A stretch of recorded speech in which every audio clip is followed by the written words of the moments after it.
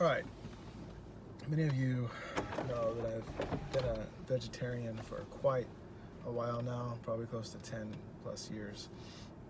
And I just wanted to talk about my experience with that diet that I'm still mostly on. I will dabble in probably some salmon once in a while, chicken once a week or so, and it's pretty much it. I haven't really gone into eating meat, but I just wanted to mention or talk about my experience with it. And so for the longest time, I went about it not really having educated myself on how to do it right. I never did. I basically just stopped eating meat because I didn't like the fact that something died for me to live. I just, for whatever reason, I got convinced that that was something I didn't want for myself. I thought that I should be able to live on the plant-based diet, essentially, and that I could make it work. And for the most part, I did, and I have. But what I wanted to talk about is a couple things. Number one, when we go on a vegetarian diet from the start without really knowing where our protein sources, our plant-based protein sources come from, it's really hard to get enough protein in each meal. It just is. Especially if we don't eat like eggs for breakfast, and we're just eating cereal, there's like no protein in cereal. We start the day off with very little protein. And so anyway, the main factor, just kind of a given, is that we're going to struggle to get enough protein for the day, that a meat eater, so to speak, would have less trouble hitting that mark.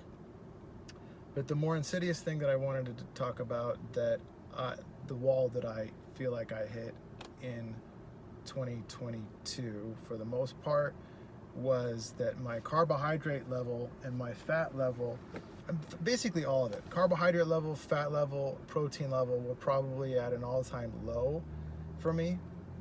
I was going through a really high stress time after Christmas 2021, beginning of the year 2022. I was just hitting a wall, and the wall for me was tachycardia and restless leg. I couldn't sleep at night. It was very difficult to get a good night's sleep. Maybe sleep like on and off, probably 3 to 5 hours a night. And it just wasn't sustainable. And I didn't have any solutions or answers. And now, in retrospect, I realize more than likely it was hitting a wall with the vegetarian diet on getting too few calories. And by lowering my carbohydrates too low, what ends up happening is that when our carbohydrate levels are low, like from just eating mostly vegetables, not many fruits, and I remember I wasn't eating bananas as much anymore, so my carbs were dropping. I wasn't eating cheese anymore. I wasn't getting the macronutrient, the other energy source other than carbohydrates that gives us energy is fat, and I wasn't getting enough fat. I was cutting back on my cheeses. Because that's allowed on a vegetarian diet. I was cutting back on, in fact, I wasn't paying attention to getting enough avocado, and at that point I didn't even really cook too much myself. Wasn't getting enough olive oil, so I was very low on fat, and I didn't recognize that till beginning of 2023, a year later, literally, that I was consistently not getting enough fat in my diet.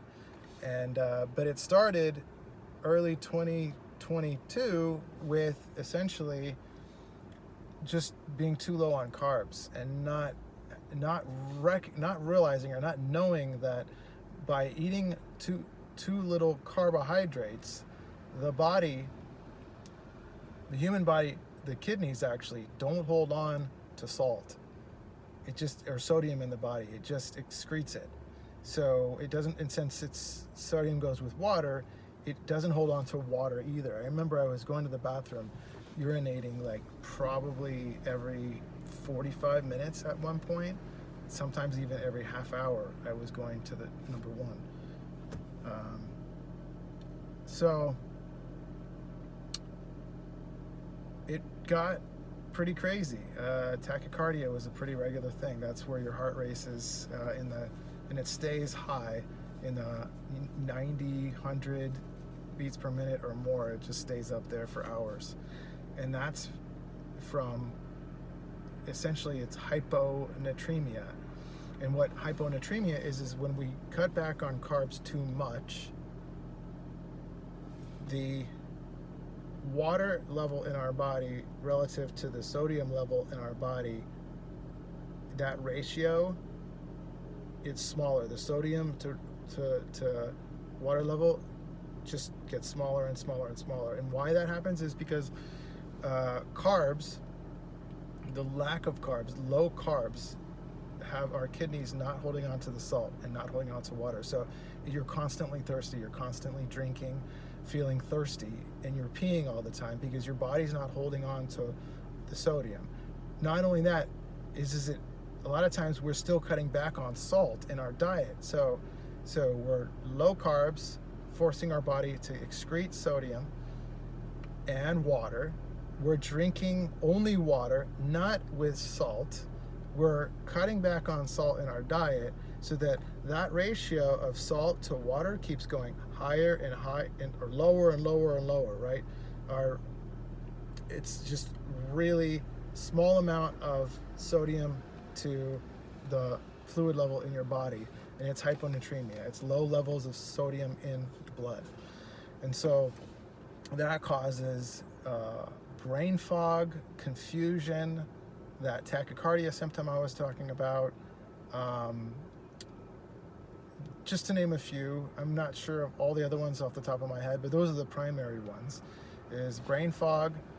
They actually have marathon runners that end the race and they literally are collapsed on the ground, and people think that, oh, they must need water, when in reality they've been drinking and drinking and drinking throughout the race, water, only water, only water, sweating.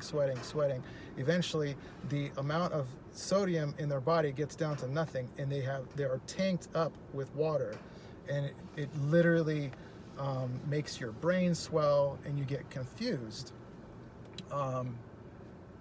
And people, they don't know they don't know what year it is. It's really weird. And in some cases, these people have died because they were treated wrong. They were treated by people who didn't know what might be happening, and they were given more water to drink. And some of them died because of that treatment. Their brain swelled too much, and they went into coma and died. And so it's a real thing, and it's something to consider on a vegetarian diet, especially if you're cutting back on salt, and you're not replenishing what your body is losing from the low carb, the lower carbs, urinating all the time, and or if you're sweating a lot, doing exercise a lot, that sweat, you're lowering that salt even more, to the point where that can essentially happen. So not likely with most people that aren't running a marathon, but if we're experiencing the brain fog issues and or the tachycardia, and our heart is racing higher than it needs to be, let's say more than 90 beats per minute just sitting, that can be a cause, an indicator that we need to eat some more salt. And not just in some cases, it's not just salt with like water, because some people add a little bit of salt to their water. It would be like salt, just pretty much straight salt. And in some cases, it's the only way to get the ratio up, because if we drink salt with water, we're adding more salt into the mix. We're adding more, water into the mix. So it doesn't help with the ratio. You want to be able to bring the ratio of salt versus water up. So that's more salt and generally less water. So, basically salting your veggies. would be a perfect example of that. You know, salt your veggies and add fat like olive oil as a dressing. You know, as one of your dressings, at least half of your dressing would be olive oil, to help counter the lack of one form of energy with the other form of energy that you need. So yeah, that's the wall that I hit. And then later on in 2022, I was having angioedema, and that happened to be from the lack of fat. So I was still low on fat. I had curbed my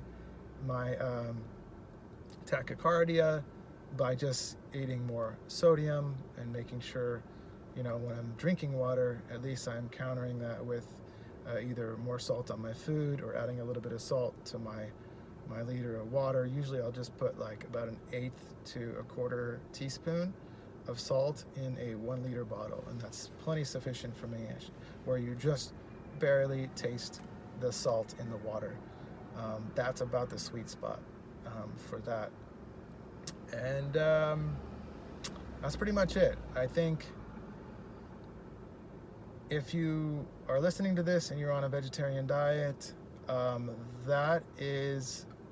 that's it. I mean, there's probably more that I could add, but that could help, you know, save you a lot of headache. Is study up on what are the plant-based forms of protein that are the best, that are the highest amount of protein per like weight, you know, and the healthiest form of protein. Obviously there's some unhealthy forms of protein out there as well, but getting the right amount of protein in, upping your salt intake.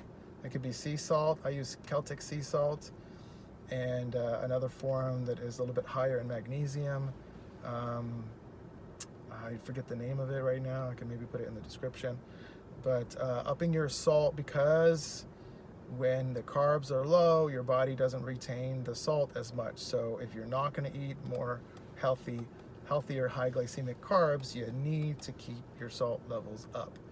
And especially if you're drinking a lot of water, playing sports or something, you need to eat something salty while you're playing, or, you know, before the game, maybe a little during the game, on your break, or on, you know, halftime, or whatever it might be for you. And yeah, and then fat, obviously, because again, when we cut back on the main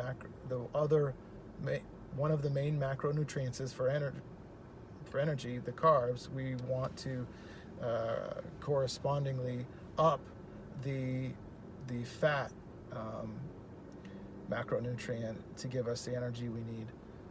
And to remember that fat, if and when we become fat adapted, which is where the carb level is low enough, your body will start converting fat into carbs through a process called something neogenesis. I forget the name, but just look it up. How does our body convert fat into carbohydrates? So it's definitely possible and does happen, depending on how fat adapted we are. But that's all I got for now. Play it back if you need a refresher. And hopefully I added everything I needed to add. If not, I'll put it in the description. And I hope this helps somebody. Thanks for watching. Love you all. All right.